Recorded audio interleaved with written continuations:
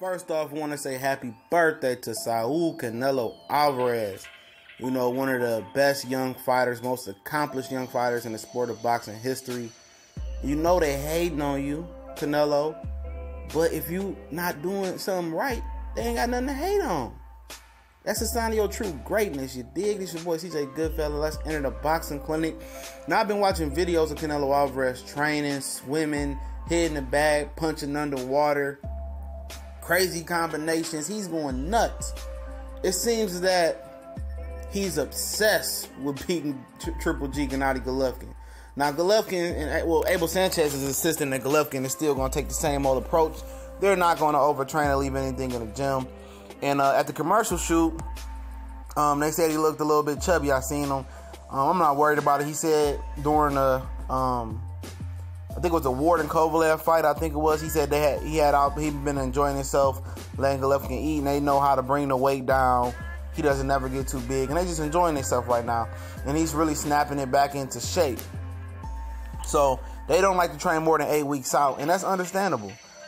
With Canelo, his back is looking ripped. He's looking lean and ripped, and you know, he's doing the right things. You know, I was, badgering Adrian Broner about training and showing off and doing and talking about what he's doing and how he's doing it. But Canelo's a different type of animal here. Canelo's proven to be good. Win, lose, or draw with Golovkin. He's accomplished a lot. He's proven to be the goods. But after his loss, and this is where people might not understand the disconnect. Why I'm happy to see him training so hard. But after his loss, he got better. After Adrian Broner lost, he still was Adrian Broner. He still was the same level-headed. He never spiked up. He never got a little bit better. Matter of fact, he got a little bit worse. And Canelo is seriously looking like he looks like, he's taking this fight serious. I remember Kobe Bryant said that LeBron should be obsessed with beating the Golden State Warriors. And LeBron kind of shrugged it off with being like, if I win, I win. If I lose, I lose. I'm already great. Canelo's already great and, on his way to being great. And by him turning 27 today, he's accomplished way more than Triple G's accomplished in his whole career. He's accomplished way more than, probably 90% of boxers, in the modern day history has accomplished at 27 years old. To put it in perspective, Terence Crawford is 28 years old. And Canelo Alvarez's, resume runs laps around him. So Keith Thurman. He's done a lot. He's a young guy. He's done a lot. Young boy living like an old geezer. But he's putting in work and an obsession to beat Golovkin. At least if he loses to Golovkin, it's like this, bro. All right, I gave him my all. I tried. He was just a better fighter. I go back to the drawing board and try something different. One thing I like about Canelo as well is the fact that he lost to Floyd Mayweather. He didn't shake shit up. He didn't change his trainer. He didn't let his handlers change his trainer. He stuck to who brought him to the party. The guys who trained him in the beginning, he stuck by him. And I love that about him. A lot of people don't like Canelo. There's a point in time that I don't like the things that he do. I don't like he dropped the belt to fight Triple G. But he explained himself, and his explanation was pretty good. He said basically he was in a deposition, for a lawsuit against All-Star Boxing.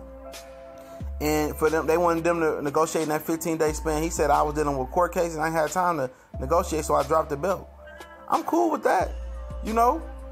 If it adds up, that's a lot of pressure. He lost, $10, $20 million to All-Star Boxing? Somewhere in there you got to pay out, and he's still going through that bullshit as well. So, you got to understand it. I'm not saying it's acceptable, but I understand where he's coming from. You want me to negotiate a fight, get a raw deal, and basically at the end of the day, I'm not making what I should be making. I'm not going to get this dude, WC was trying to mandate how much, Golovkin should get, how much Canelo should get, where it should take place. They don't have that right. That's not in their jurisdiction to handle that. That's between Oscar and K2 and Tom Loeffler. That's it. But this dude is putting major work in, and like I said, I believe in the kid. I believe he's special. I believe that he's a special type of individual. I think he has an opportunity in his place right now to become the greatest Mexican boxer of all time. Not saying he will. He has an opportunity. If he beats Triple G, then he got his Marvin Hagler versus Sugar Ray Leonard. If Jermell Charlo and Danny Jacobs keep coming along, if Andrade come up there, if Lara wants to do it again, his blueprint is set. By 32 years old, he should be ready to lead the game. Probably earlier than that, and be fine off. And his legacy should be cemented. Like, it should be cement dry, solid, rock hard, all the way from the top all the way through the bottom of the ground. He should be right. And he should be up. He should be in the all-time great list as everything goes his way in a boxing career. But the way he's training now, he's obsessed. He's obsessed, and that's a good thing. You got that killer, Eye of the Tiger.